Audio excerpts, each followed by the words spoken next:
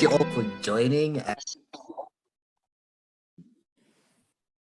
Thank you so much for coming to our meetup, and we're going to be talking about the imposter syndrome. Coming up with this meetup was actually even difficult for us. You'd be like, what do we talk about? Who are we going to get? We're actually getting a bit scared about it. Like I was actually kind of nervous, like, so who will we get? What will they talk about? What will happen? So you see, we do suffer from these doubts.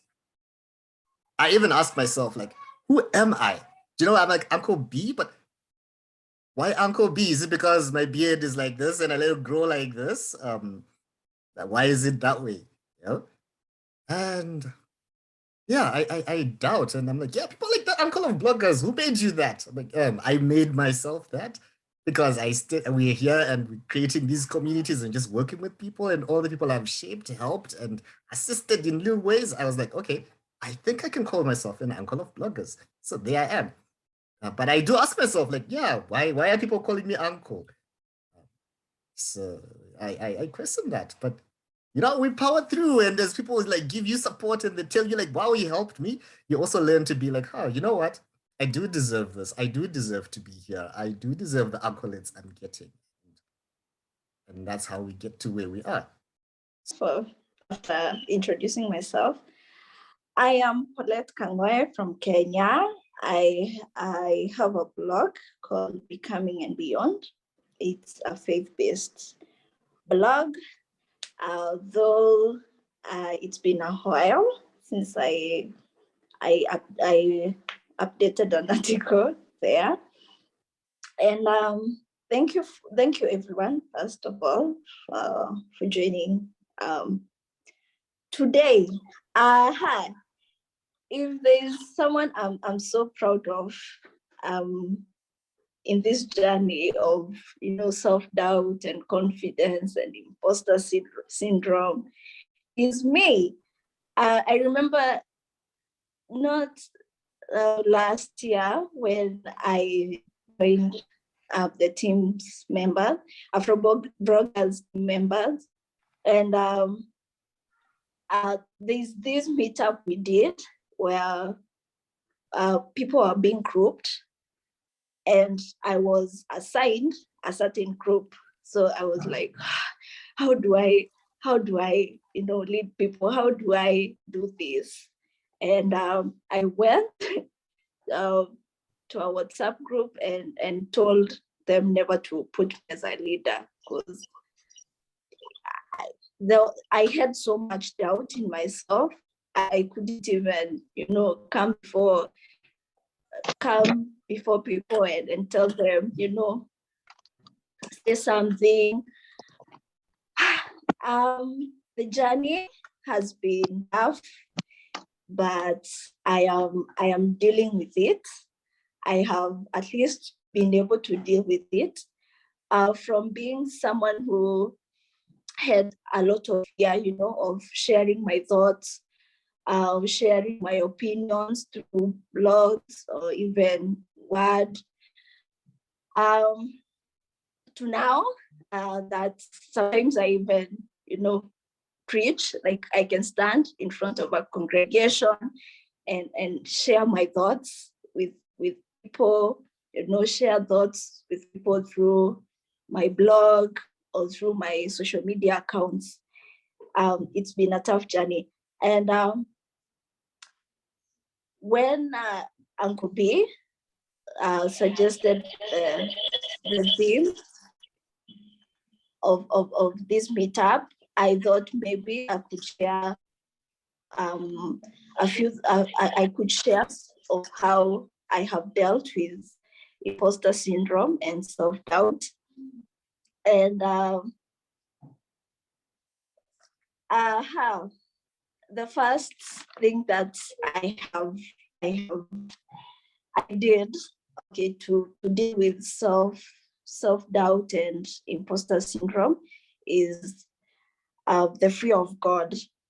So this entire self-doubt and imposter syndrome it's like a whole, you know, it's like a whole sermon, because God is the source of our strength, and without Him, There are so many things that, like, without him, we can't do everything. He must be there for us to do everything. So the first thing that I did is, the fear of God. What I say is the fear of God silences all other fears. There's some people who are born, having this confidence. Some people get it, from what they do or what they possess, or whatever skills they have, or whatever other people think about them. But as long as your confidence comes from the Lord, it is possible to do all other things, without having this self-doubt, because you are doing these things. God is with me, and whatever challenges that I'm going to face as I write this article, whatever feedback that I'm going to get, because you never get like all positive feedbacks. There's always negative feedbacks, and having the fear of the Lord is one way of going about it.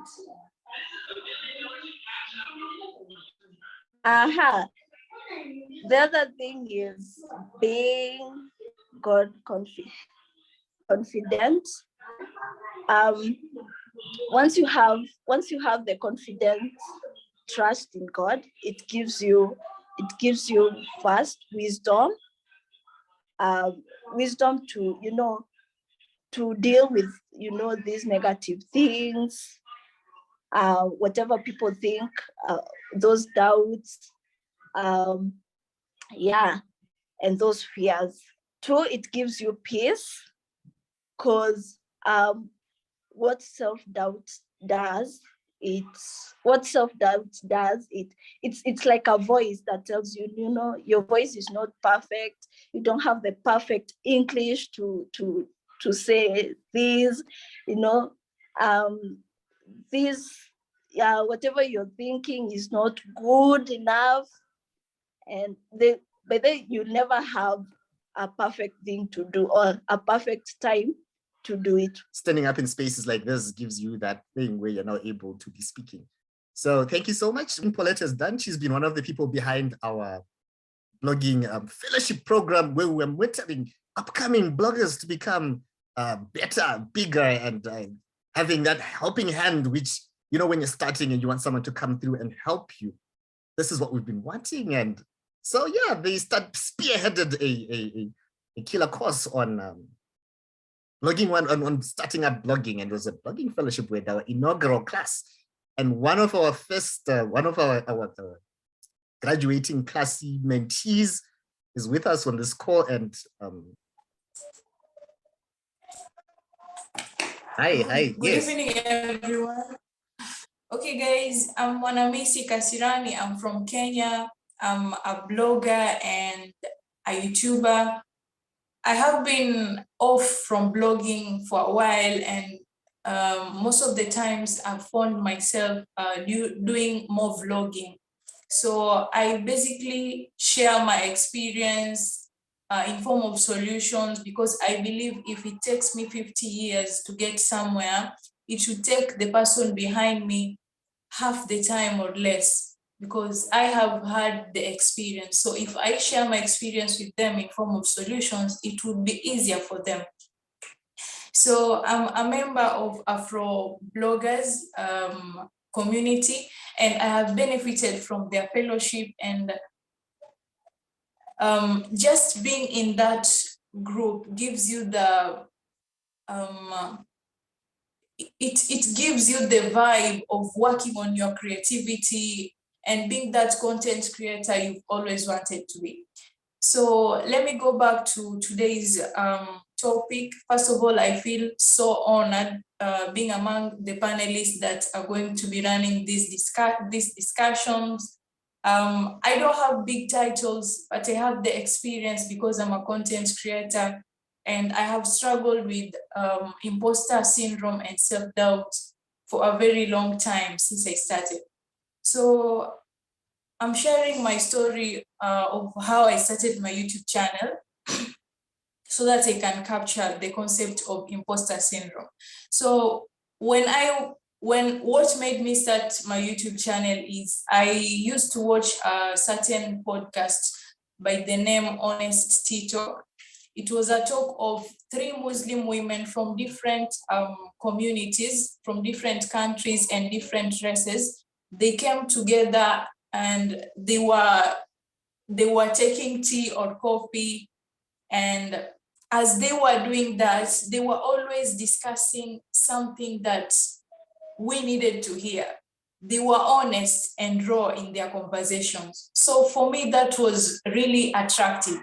And I said I wanted an honest TikTok version of someone from my community, my ethnicity.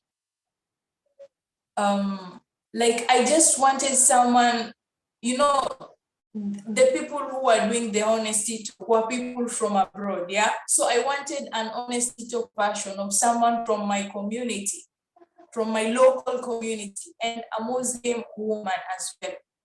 So I shared this idea with my friends, and my friends supported me to start. But then I kept on asking my friends one question. Do you guys think that I can do this? Do you really think I have the knowledge of starting off? Because I felt like I didn't have enough knowledge to sit in front of the camera and teach people or talk honestly about the avoided topics in our community. Yeah, so self-doubt came in and imposter syndrome came in as well. And my friends played a big role in telling me that you can do this. And I was like, is it right for me because I also wanted to make sure that my faith was catered in whatever I was doing. So I asked myself, is it right for me as a Muslim woman to do this? So my friends were like, the only way you can get the answer is if you ask the scholars. So don't stop yourself from doing something just because you think you might not be legible to do this. Ask the scholars. So I went on asking scholars, and they were like, yeah, this is something you can do, and this is something our community really needs, because we need role models from our own ethnicity.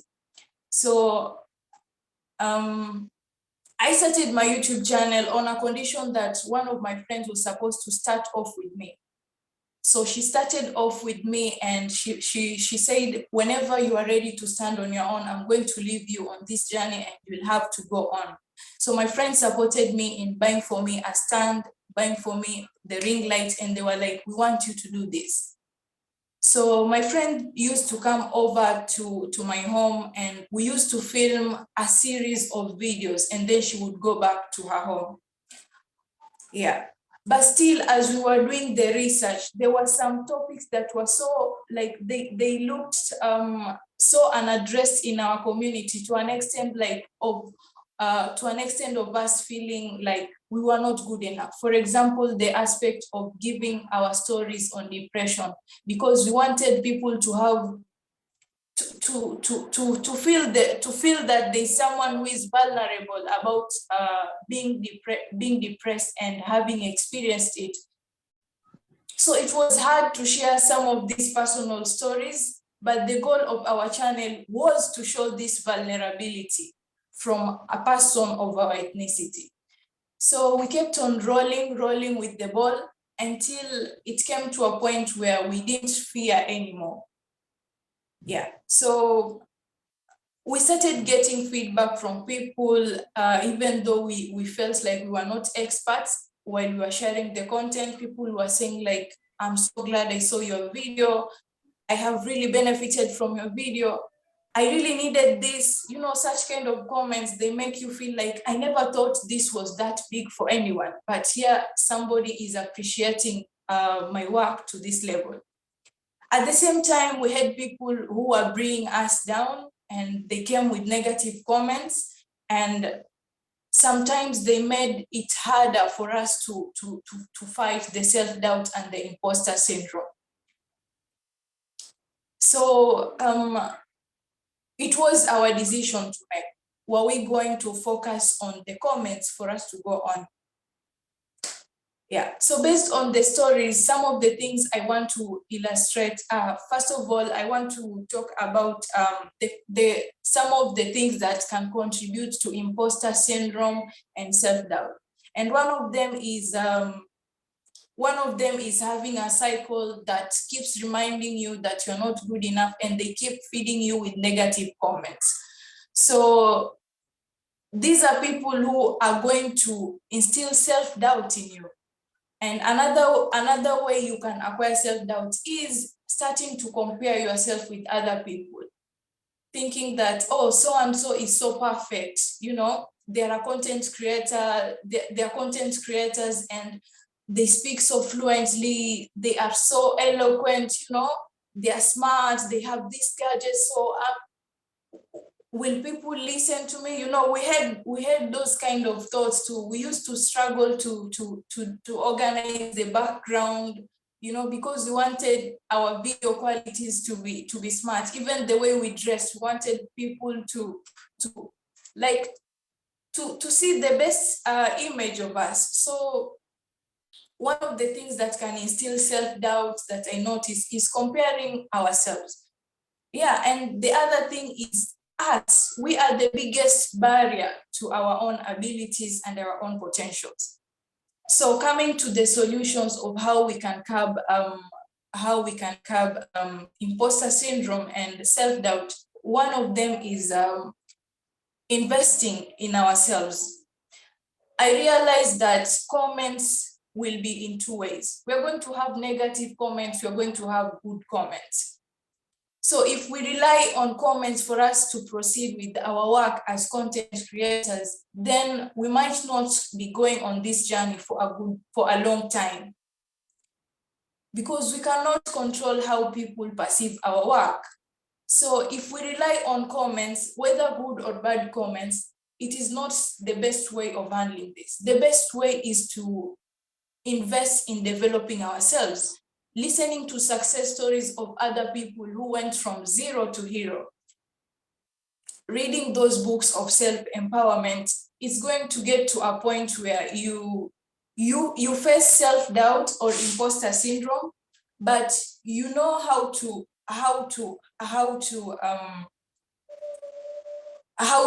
react, how to be proactive about it, instead of you blocking opportunities for yourself just because you feel like you're not good enough to do something. So self-investment is something that is really, really important. And something that has helped me is reading self-development books. Yeah, so another solution is our circles. We really need to surround ourselves with people who know our journey as content creators. Join communities like Afrobloggers community or any other community that gives you a space where you share something common with other people. Like, these people know what you're experiencing, like what Pollet was talking about, like looking at her story and listening to her, I feel like I'm not alone in this, yeah?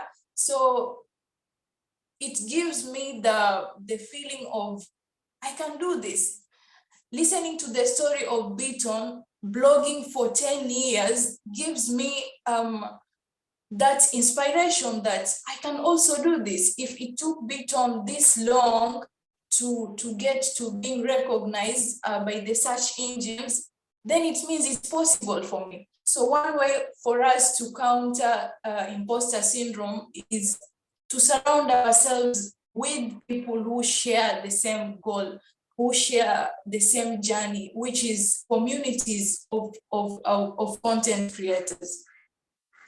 Another way is also having a support system of friends who support your journey, friends who give you genuine comments, because you cannot always be right based on what you do. Sometimes you're going to be wrong, and you need people who are going to remind you, and people who are going to remind you to stay on track, to stay on your goals, and people who are going to to remind you that you have the potential, no matter how much you doubt yourselves. Because let's face it, sometimes we need that encouragement from people, no matter how self-developed we are. Sometimes we need that affirmation from the closest people we have. The last thing we can use to be proactive about imposter syndrome and self-doubt is affirmations. In the last few weeks, I had a presentation in the Mining and Innovation Forum in Nairobi here in Kenya. And before the presentation, I was a bit tensed because I was going to stand in front of big people, big names in our country. So I remember picking something from the last Afroblogger fellowship. I remember there's somebody who talked about having morning affirmations, reminding yourself that you're good enough, reminding yourself that you can do this, reminding yourself that. So I took a break before the presentation. I went to the washroom and I looked in front of the mirror. I told myself, you can do this. You are good enough to do this. You are brilliant. You are confident. You are smart. I kept on telling myself these affirmations. And when I went to do that presentation, I could see how I had captured the attention of people. And afterwards, I had people commenting on how my presentation was powerful. So the last thing, and the thing that is so important, is how we talk to ourselves. Because this imposter syndrome and self-doubt, these are things that will keep on visiting. So we have to learn to talk to ourselves, to talk to that inner child inside of us and reaffirm them that it's okay. I know you are scared, but I know you can do this. I know you are powerful. I know you're brilliant. Yeah, so basically that has been my journey in content creation, and self-doubt keeps on visiting.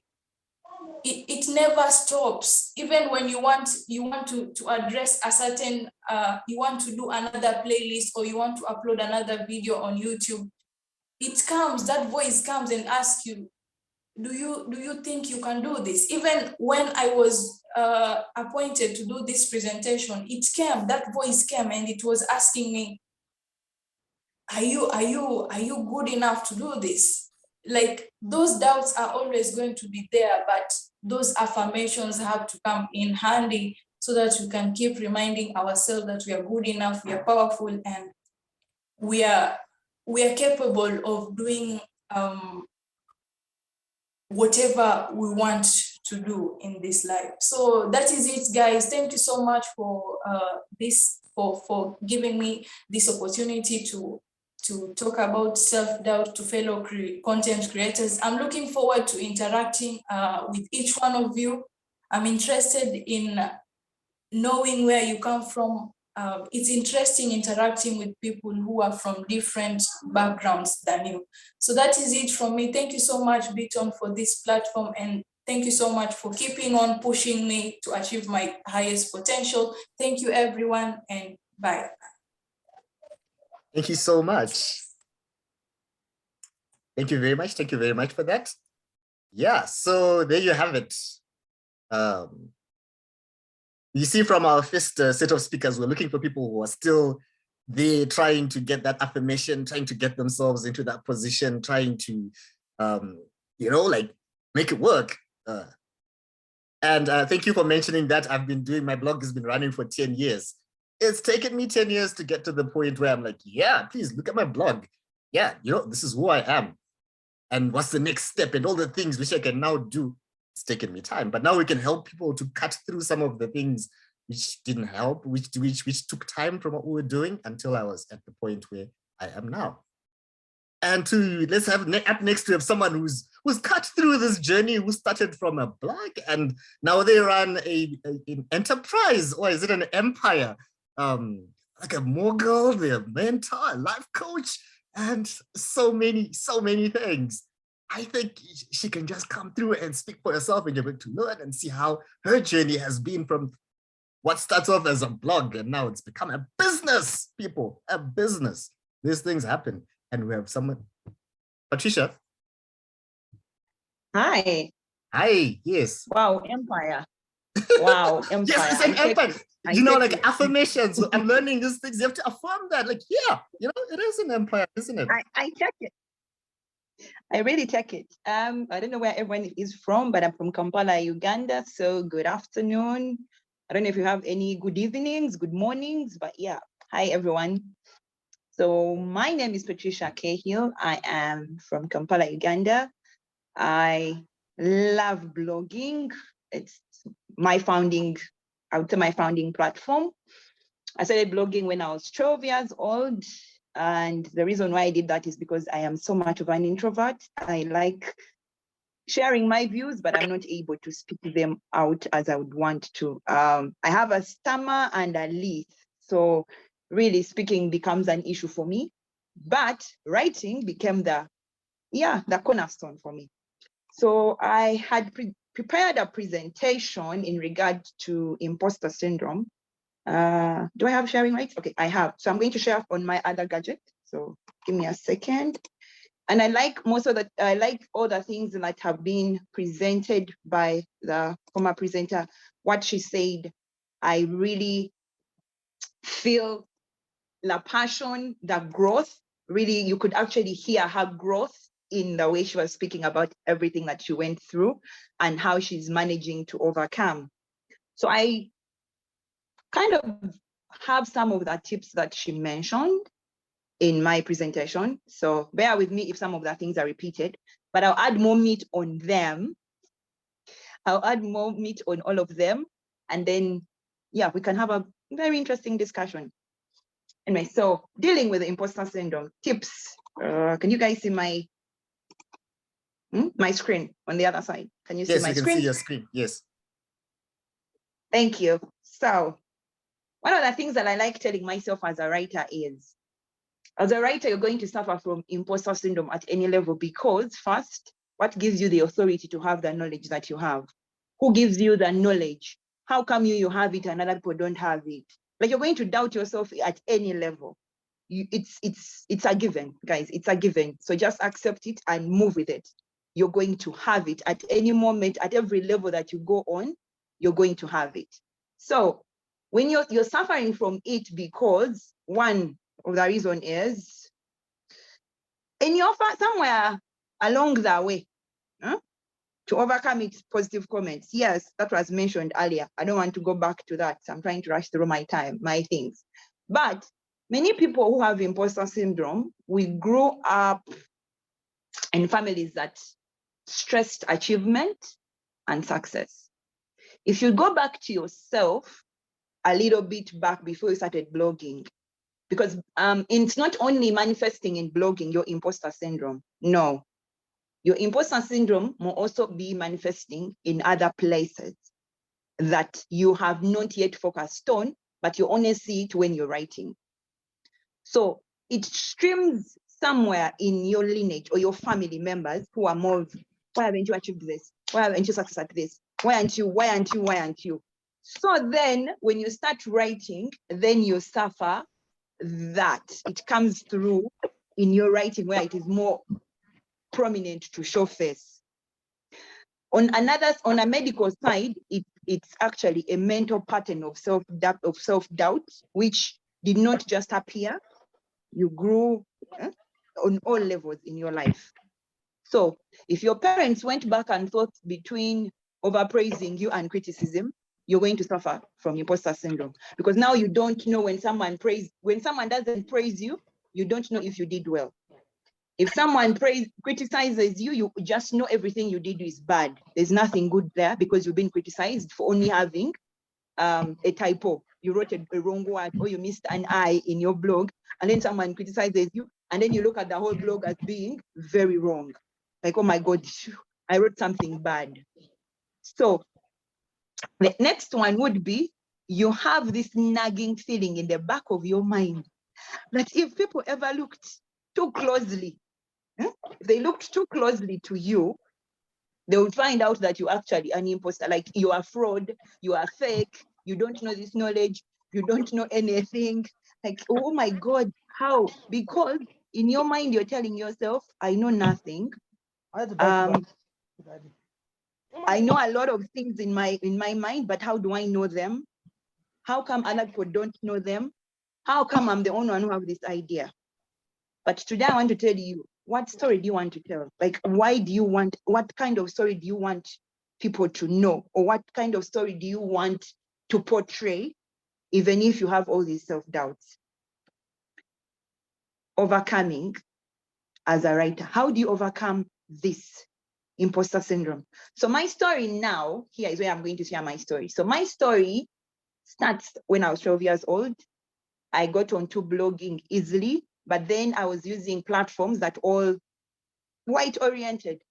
So when I first put my picture there on my blog, you guys, I had all these racist comments, weird names. And this is a 16-year-old child who is being criticized for look, criticized for hair, criticized for lips, criticized for nose.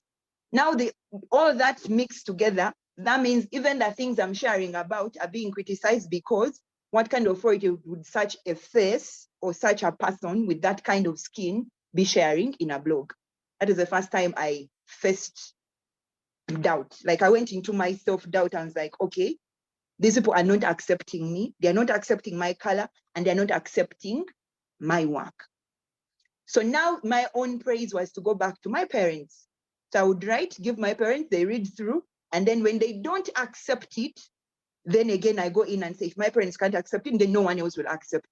So I kept a number of journals of content written, but never shared.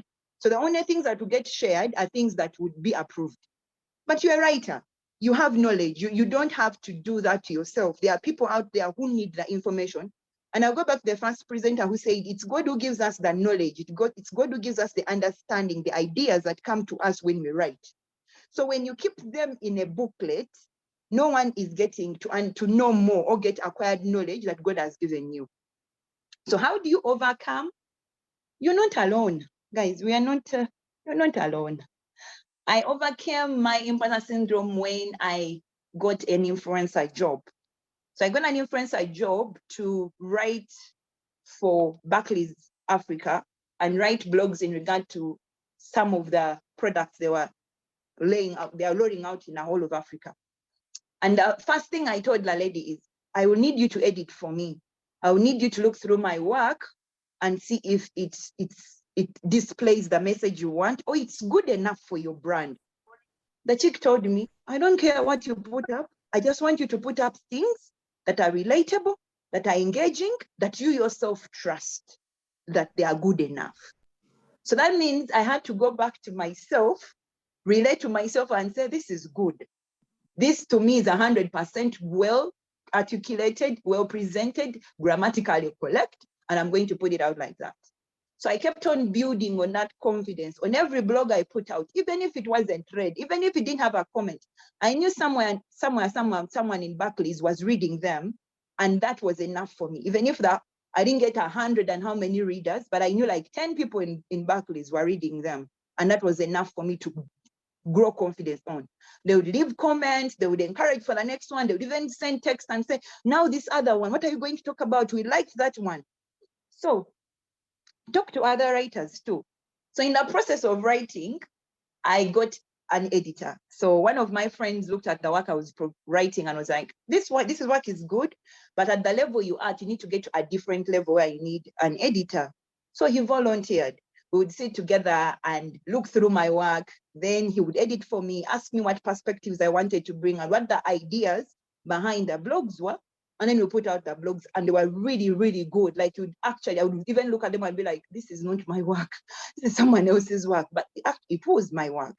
And then that's the other thing. When you do good things, you tend to doubt that you're actually the same person who did it. But I'm asking you guys to benchmark on it, grab it. Every time you say like, this is so good, proclaim your name on it and say, yeah, and Kahill did it. And I'm the one who wrote it. That thing that is getting praised, I'm the one who did it. Because then you're growing your muscle, you're growing your mental to acknowledge that you are good enough. to produce such work.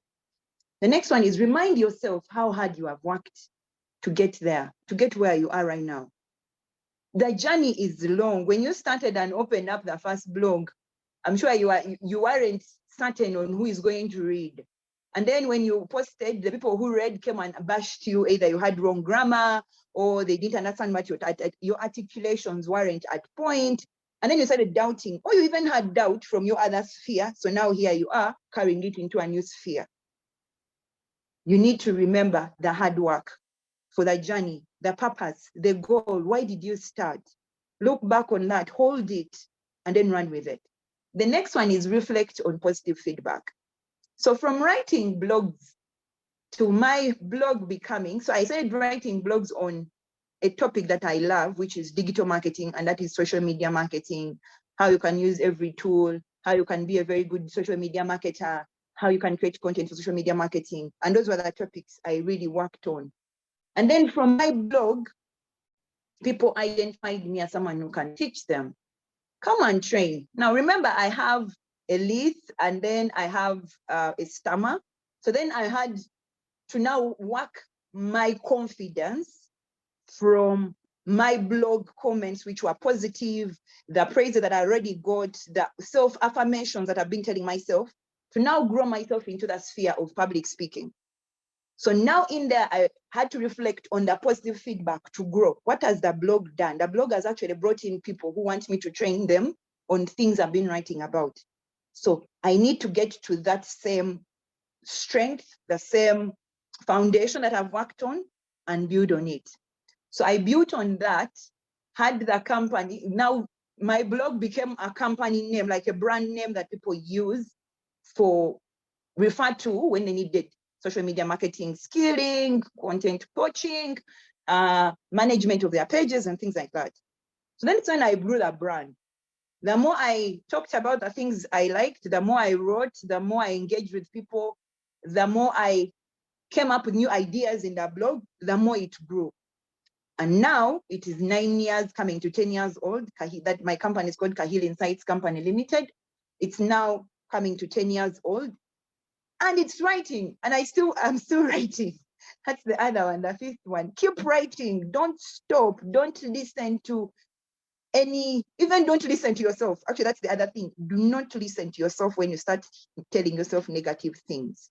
We can also be our own enemies.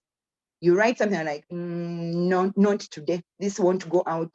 No one will appreciate it. I think I didn't articulate very well. No. Don't listen to yourself. Negative thoughts.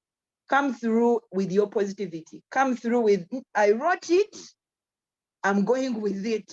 I don't care. I am going to put it out.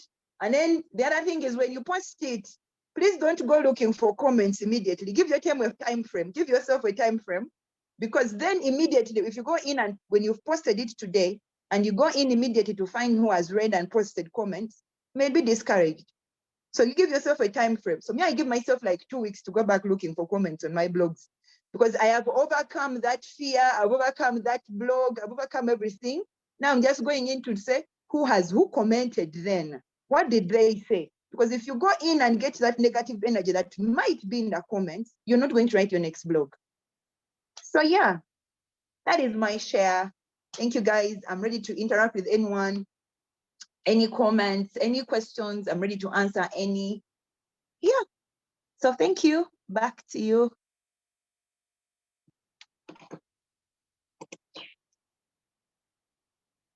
Okay, wow. Thank you for that. And you really put it through in nice bullet points. You know, I actually even had to take a screenshot and share onto Twitter just now while I was listening to the wisdom you've been sharing. Like, yeah. You know? And I think one of the things which you have touched on, which people skipped over, is it doesn't just start from the writing. It actually starts from, it's not even just about writing. It's probably in different aspects of our lives. So yeah, you have to look at it like, no, it's not just the writing that's the problem. It's how you even look at yourself, those conversations you have with yourselves. Be kind to yourself and let yourself know, like, yeah, you can do this and you deserve this.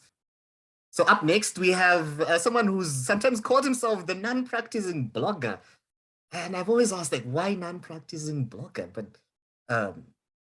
he has got a whole bunch of articles going on, and he's one of the people who's inspired me to keep sending like my pictures and asking and doing things and just going ahead. Like sometimes like, should I even send my story through to these people? And he's one of the people who's just like, do it, get your name out, get known, be confident about it. Let's find out how he does it and what he has to say. KG. Hi everyone. Hi, how's it? Okay, great. You can hear me. KG here. So I just want to say something that I hadn't realized until just now. Nothing will give you imposter syndrome like presenting after great presenters and then somebody showers praise on you and you're like, am I supposed to be here? Just putting it out there. Imposter syndrome is real. Right. I am really glad to be here. Thank you for spoken before me, some really good points, and I will weave them into what I'm going to say. Unfortunately, I don't have a PowerPoint presentation and bullet points, but I hope to deliver just as much value as those before me. Okay, so a little bit about myself. I studied finance, classically studied like, normal university finance, and then I went into work in finance a little bit and then switched to accounting. But I've always had a passion for writing and blogging. So I used to actually blog personally. This is circa 2009 to 2012. That's why I use the title of non-practicing blogger, because I'm still very much a blogger at heart. I am just not practicing anymore. The reason behind that is because every time I think I want to start blogging again, some other opportunity comes up and takes up the time. So that is why I use the title of non-practicing blogger. But I blog in my mind, guys. I blog in my mind. I just don't get the time to actually, put it down. So yeah, from that, I then found freelance writing roles and ended up actually being employed in a full-time writing, well, part-time, full-time writing role, permanent part-time, I think that's the term for it, writing role. From there, I've branched into other writing roles in different spheres. So I've written in business, finance, management, economics, food, cryptocurrency. Did I mention personal finance? I've written personal finance as well. Yeah, as you can see, there's a lot going on there. So what I'm trying to basically say to you is that I have had many opportunities to go through feeling imposter syndrome. So it's something that I deal with quite a lot. I actually started a new role recently. I was supposed to start it in the beginning of June. Beginning of July, but I ended up starting it in the middle of June. And yeah, that really threw the cat amongst the pigeons. And I'll refer to it as I go on with what I have to say. So what is imposter syndrome? I think it's best we start there. And as speakers before me have pointed out, imposter syndrome has to do with feelings of self-doubt, feelings that you don't belong in a role or a position or in doing something you're doing. It might be a role someone has given to you. It might be something you've bestowed upon yourself to say, I'm going to do this. And there are feelings that you are incapable or unqualified or somehow not the right person to do the job or to deliver on the on what is particularly required, right? Now, I am a solutions type of person, and I like to really, I'm methodical when it comes to solutions. So I'm going to take you through how I have dealt with imposter syndrome. That's basically what I'm here to talk about. And like I said, I've had many opportunities. This is in writing alone. And I like what Patricia mentioned, that it's not just in writing, it's your entire life. And there are so many times in my life where I actually did feel imposter syndrome. And that's what I'm here to speak about. But I'm going to speak mainly in the writing sphere because that's what a lot of us do. And it's a lot more fun. I think the stories from there are a lot more fun. So my first thing when it comes to feeling imposter syndrome is to ask yourself why you're feeling what you're feeling. And of course, there could be many answers to this. But like we said, imposter syndrome is really self-doubt. And that self-doubt comes from perhaps a lack of belief in your capabilities. So the question that I would ask immediately, that I always ask myself, is why do you doubt your capabilities? Okay. And what I've found for many things, but not always, is that there are pretty much two reasons you have this self-doubt. Either you're doing something you've never done before. And as creatives, one thing about creatives, and this also happens in my formal job, which is that, we're yes people. So when somebody says, hey, can you do this? You can, yes, of course I can do it. And then you go home and you figure out how to do it, right? So that's one case where you're doing something you've never done before.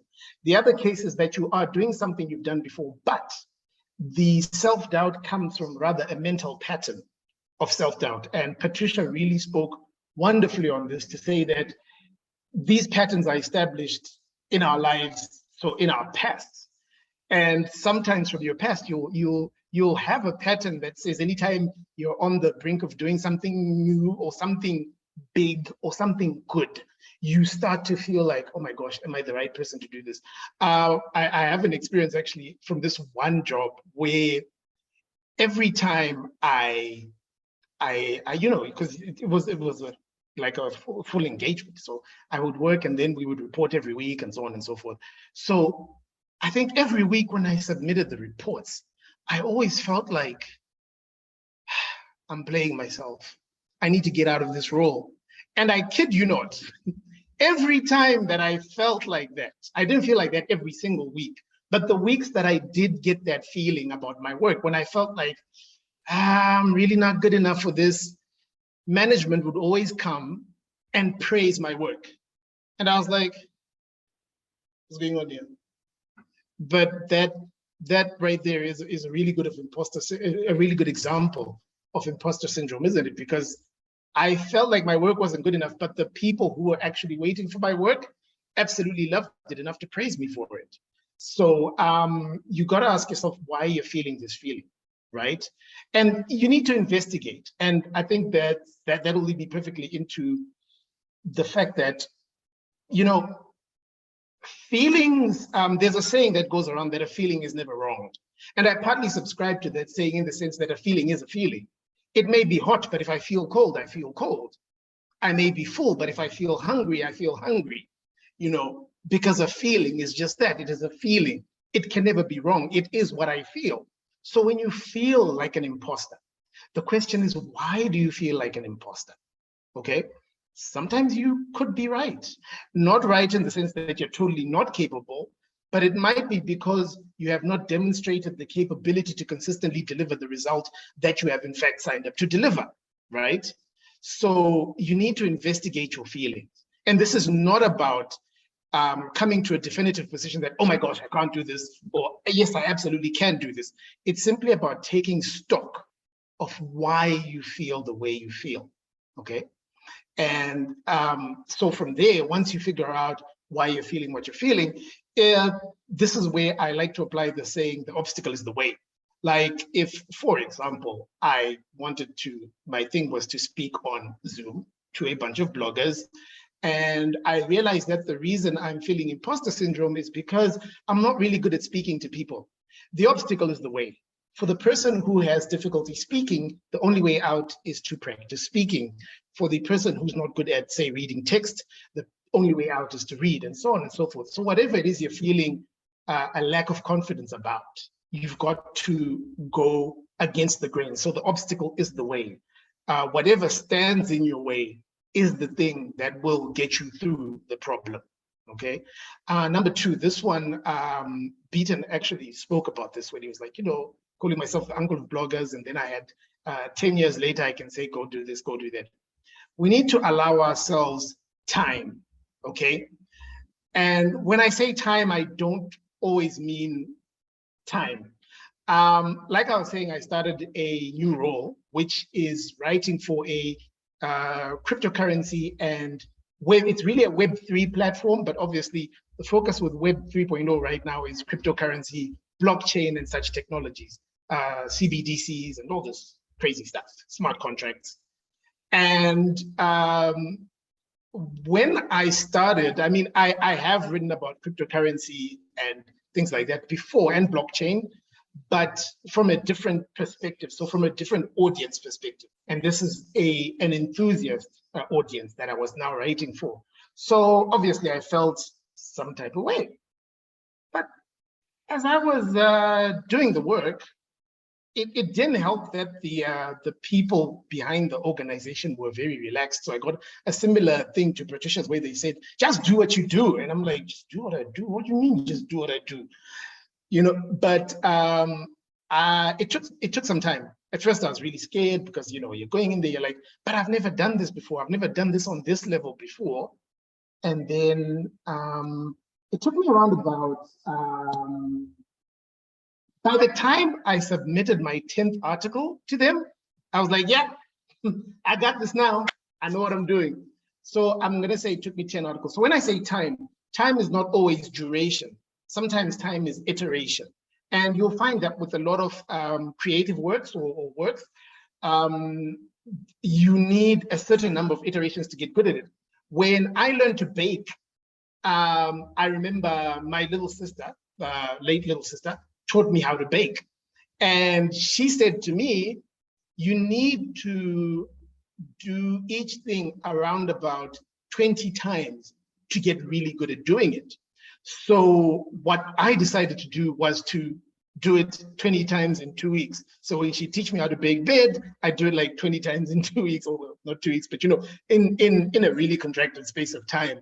When she taught me how to make sponge cake, again, up the iterations, do it in a short space of time. So when I say time, it's not just duration, sometimes it's iterations. So whatever it is that you find you have a problem with, or whatever's giving you imposter syndrome, you have to allow yourself the time to get experience in doing the thing. And unfortunately, you're not always going to learn from outside, and you're not going to get your best lessons from outside. I love learning in the fire, and I think in the fire is the best place to learn. So allow yourself time to learn and to understand the terrain and to work through some things that are giving you imposter syndrome, because you either fear something you know or something you don't know. With imposter syndrome, especially in new roles, a lot of the time you're afraid of what you don't know. So give yourself time to go through the work, as it were. So time, either duration or iterations, until you get to a point where you start feeling comfortable with it. When you're making candles, like people who do the candle business, fragrance candles and stuff, they have what they call the 84 candle rule, which says that after making 84 candles, you can now call yourself an experienced candle maker. Now, the number may differ depending on what it is, but there is a number of iterations in anything you do that will get you to a point where you can start to feel confident. So whatever it is, find out that number. If you cannot find the number, give yourself a number and say, I'm going to go through this thing this number of times, and I'm going to check how I feel after this number of times. Right. The third thing is trust. And Pollet really spoke nicely on this when she was saying about trust in God. And I think it's a wonderful place to start. And it's about more than trust in God. Now, when I wrote this point down, I was speaking about in terms of job roles, right? Because I was focused on writing jobs where you're writing for someone else. And with that, the thing is, you gotta trust yourself. And when you go through an interview process and so on and so forth, and you get the job, there's a reason these people have displayed trust in you. And like with my recent cryptocurrency role, I had to catch myself and say, hold on a second, these people trusted you. Who are you to not trust yourself? So you've got to realize that there are people out there betting for you. But okay, let's take it to an example where like Mwanamisi was saying, where she started a blog. So you're starting from scratch, and there's nobody who said, yo, go and do this. It's you appointing yourself to go and do this. Where does trust fit into that? Well, of course, there's trust in God, like Pollet said, but this is where you've also got to trust that your mind, things don't happen in your mind coincidentally. You did not decide that your people needed a blog that talks about whatever it is you want to talk about out of nothing. You arrived there for a reason. And you also did not arrive at believing that you are the person who can do it coincidentally. There are signs, and that's the stuff you need to go back to. I love making lists and writing stuff down and, you know, doing that, this versus that, pros and cons. I love that. Not always practical, but it does help to remind yourself why you are where you are, okay? I mean, if it were about, like, let's use the example of a YouTube channel. If a YouTube channel were about having a camera, and I'm saying this in the sense that, oh, you say to yourself, no, the only reason I'm starting a YouTube channel is because I've got a camera. Bruh, everybody got cameras. You know, everybody got cameras. It's not that. It's more than that. If a camera was all that was needed to start a tech YouTube channel, for example, or a writing YouTube channel, then I guarantee you there would be billions of them. But there are not billions of them because it takes something else. It takes something extra. It's a combination of multiple, sometimes micro, sometimes soft, but many, many skills come together. And you're there for a reason. So you've got to look at the reason you're there and remind yourself that this is not coincidence. And while you may be lacking in certain areas, it's simply your brain signaling you that please take care of this so you don't embarrass us when it actually comes time to do this thing, okay? So trust plays a big part. You've got to trust yourself and you've got to trust the reasons you're there. I am one of those people who talks to themselves a lot, and I actually talk to myself like, hey, Kudzai, how you doing, Kudzai? You know, so I have a lot of those conversations with myself, and they're a lot of fun, but they do help you to find yourself when in situations like this. And finally, we spoke of imposter syndrome, pardon me, as a lack of confidence or a feeling of self-doubt.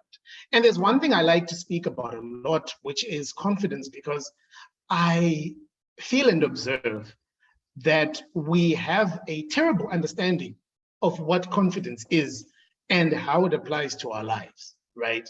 So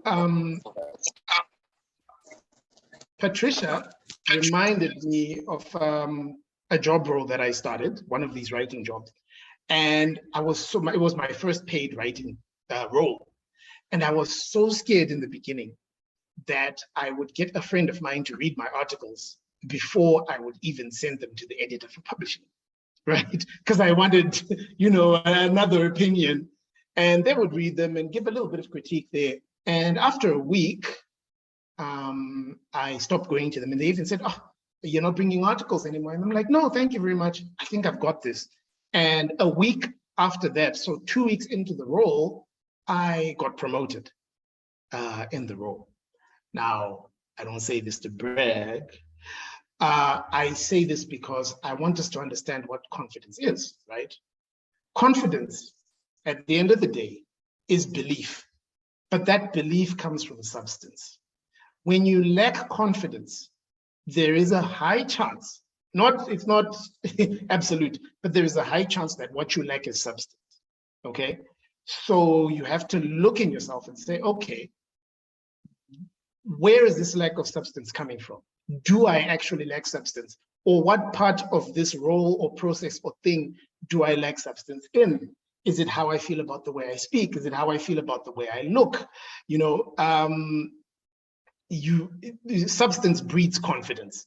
That's if you're writing down and taking notes, please write this down. Substance breeds confidence. And anytime you feel a lack of confidence, the only thing that is going to give you confidence is substance. People will come to you and clap hands and say, well done. That doesn't give you confidence. Makes you feel good in the moment. That's dopamine. You know, it makes you feel good in the moment, but it doesn't give you confidence.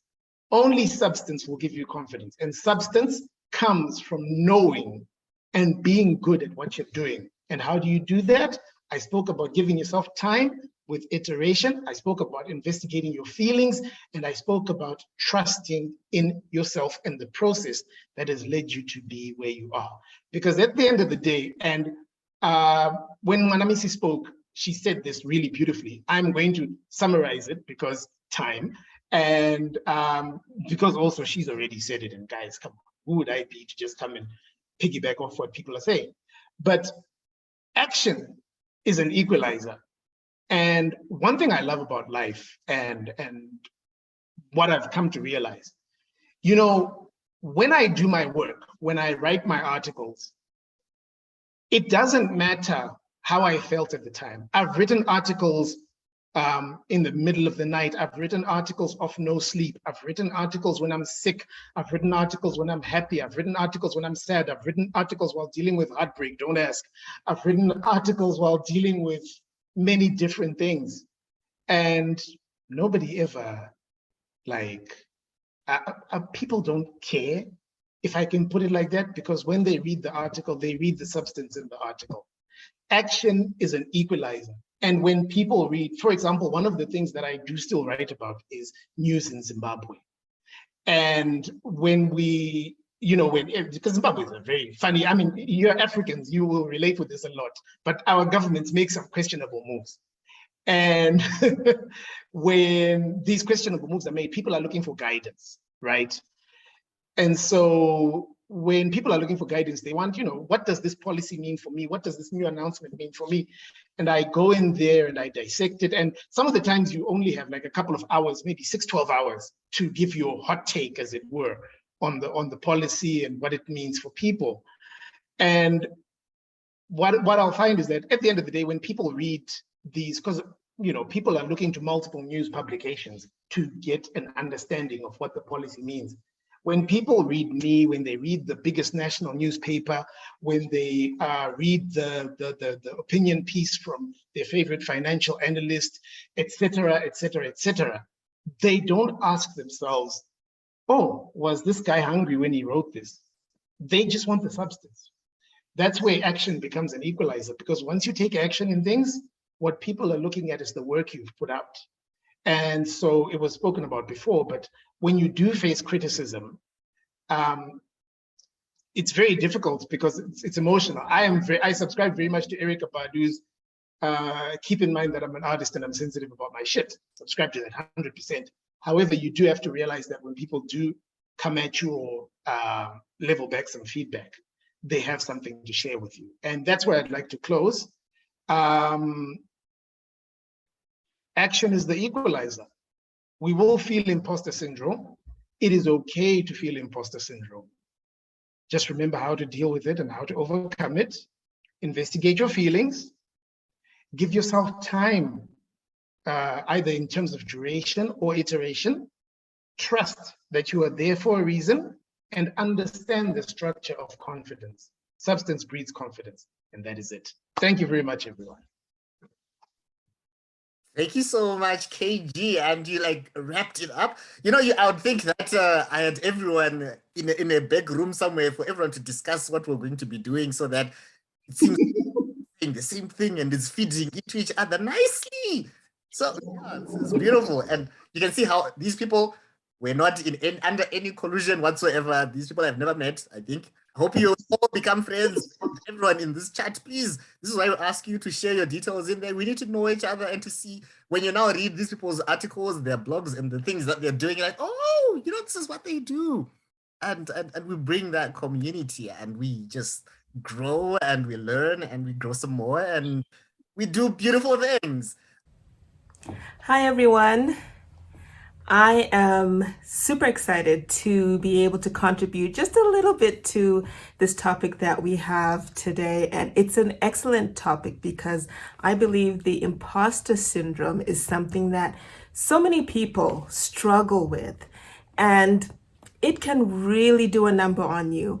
And I want to, if I may, just talk a little bit about my own journey as a blogger and how I've been able to deal with the imposter syndrome. I am so sorry that I'm not able to be there live with you, but hopefully this video will be impactful as you watch it during the meetup this month. So, my name is Vimbai Chikomo, and I am the founder of The Weight She Carries. Now, for me, blogging started 10 years ago. So writing is something that I kind of stumbled upon.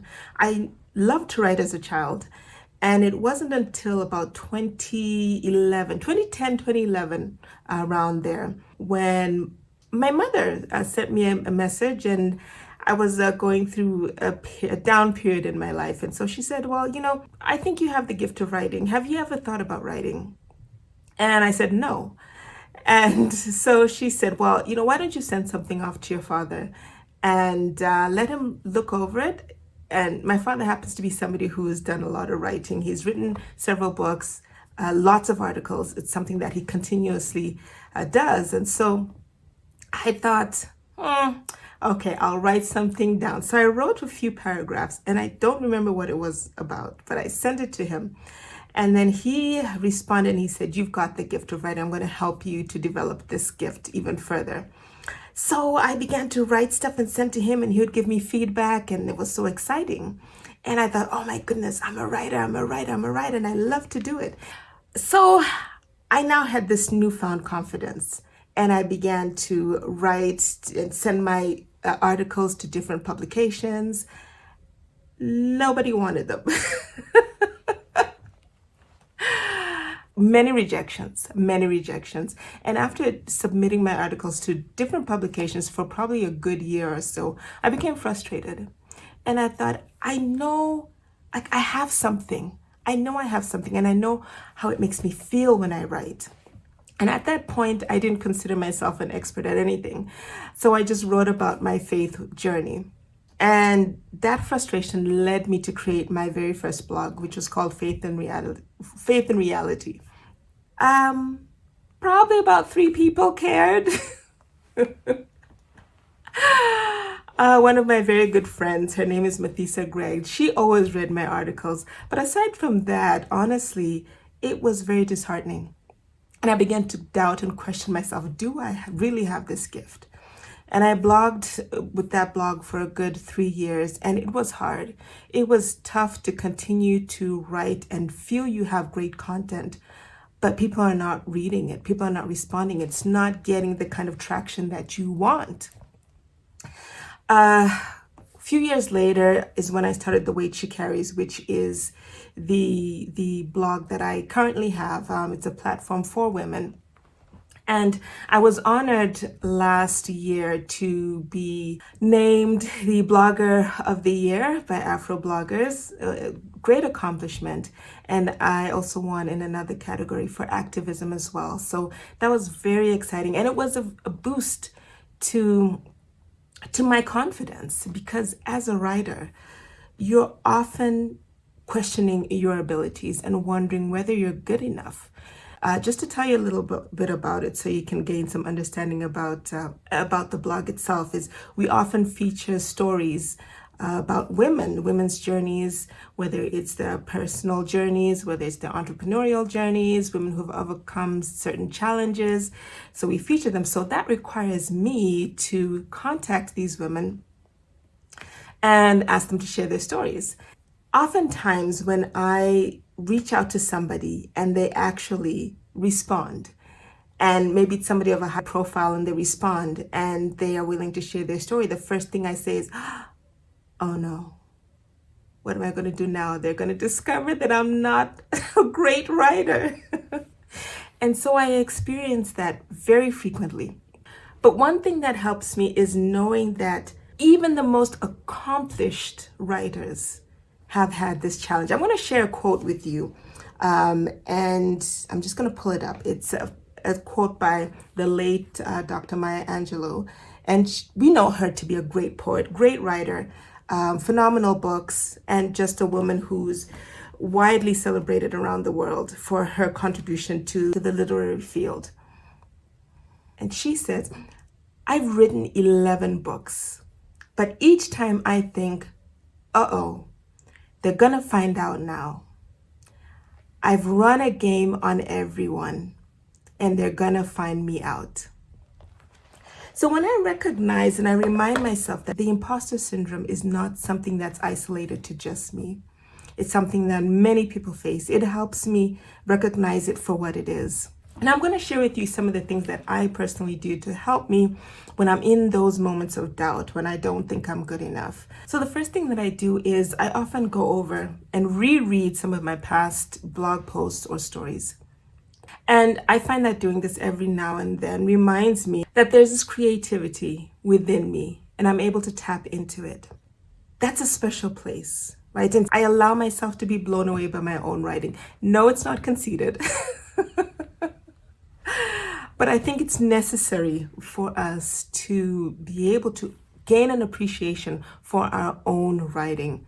Appreciate your own voice. And in that, find time to study your writing. Take it apart. Look at your weaknesses. Look at your strengths and see where you can improve. Because when I can pinpoint some of those weak points and the strengths, it helps me to be a little bit more balanced when I am assessing my own work, or when I'm fearful whether I can achieve the high quality writing that I've done in the past. I think one of the fears is, am I going to be as good as I was? Oh my goodness. I wrote something so really well a couple weeks ago, or a couple months ago, or a year ago.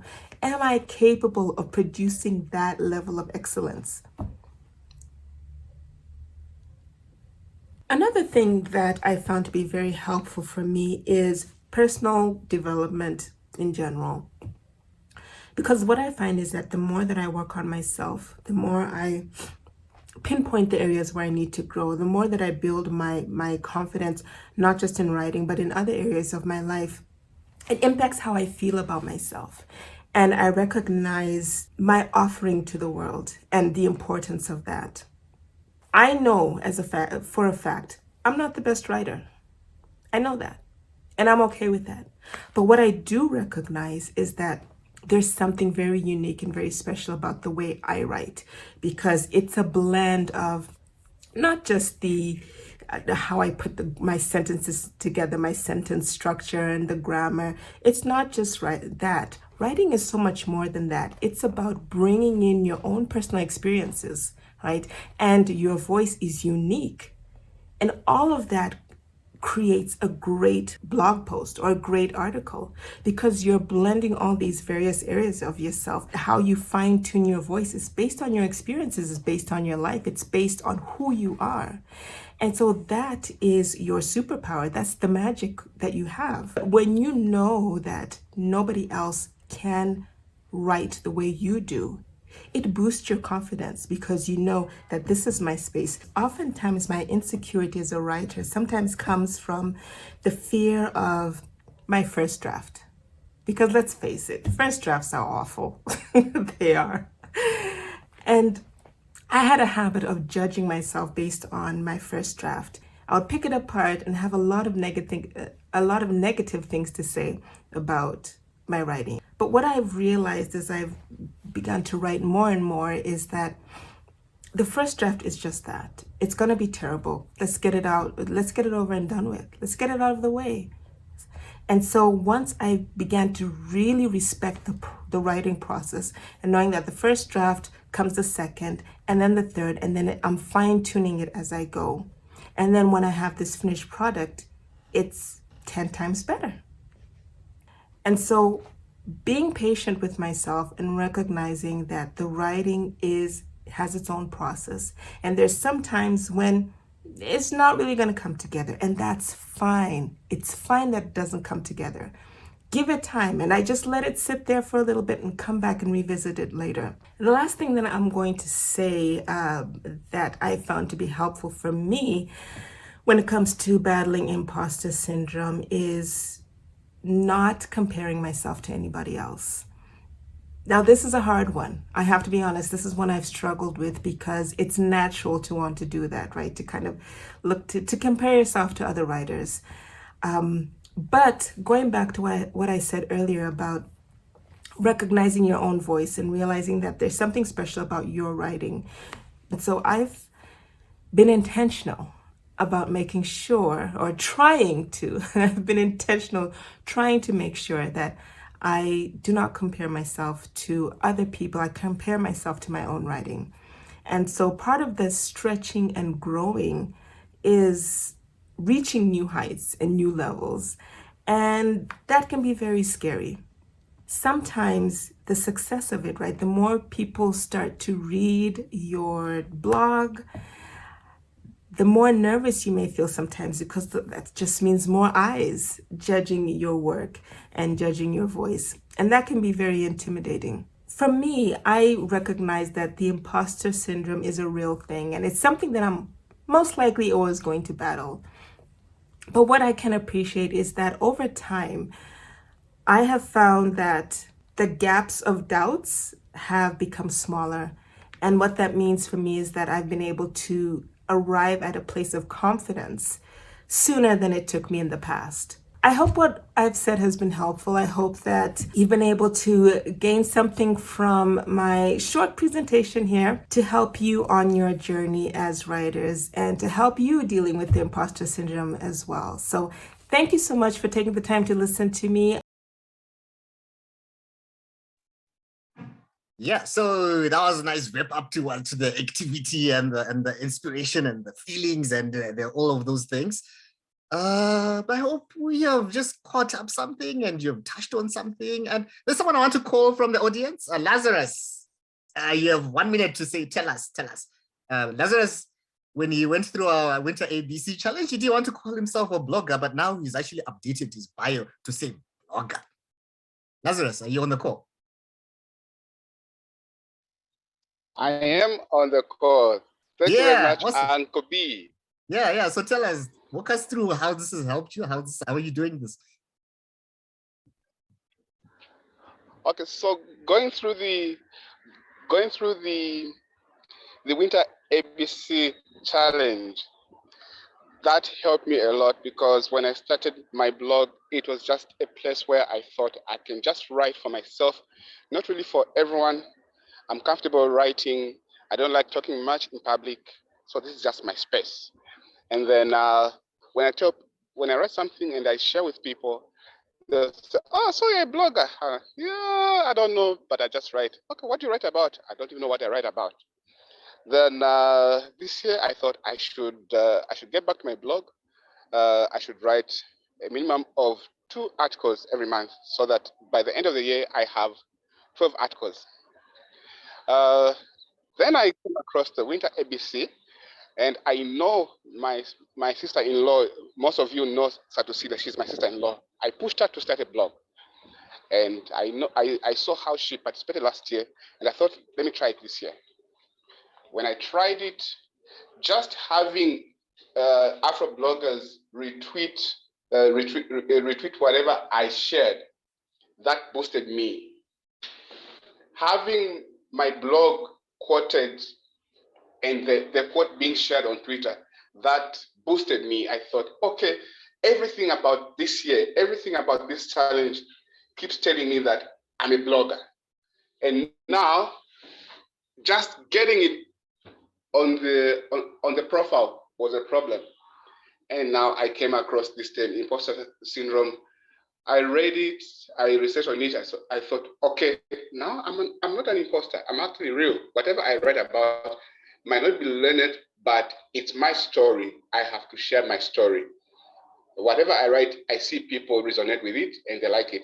So going through the winter ABC challenge, it helped me come out and say, really, I'm a blogger and I can help someone. You reached out, you gave me a link of an article you did some time back, and I saw myself in that article. Like, so I'm not alone. Everyone goes through this, and because of that, I really appreciate. And I've come to like this community every day. I go to my WordPress. I like it, and I search for whatever everyone has written. I make sure that I write. Uncle B, your articles, sometimes simple articles, 3, 4, 5 lines. I'm like, wow, I don't have to think too much. Whatever is going through my mind, let me just share it. So I'm yet to get to that, but I like whatever you share. I like what everyone else shares. So that's how I've overcome imposter syndrome, and I've told myself never to be perfect. Whatever I write, I shouldn't pay attention to the grammar. I shouldn't pay attention to the spellings, as long as I put my thought out there. When I reread, I will find the mistakes. I will edit. I still have the edit option, and that keeps me going.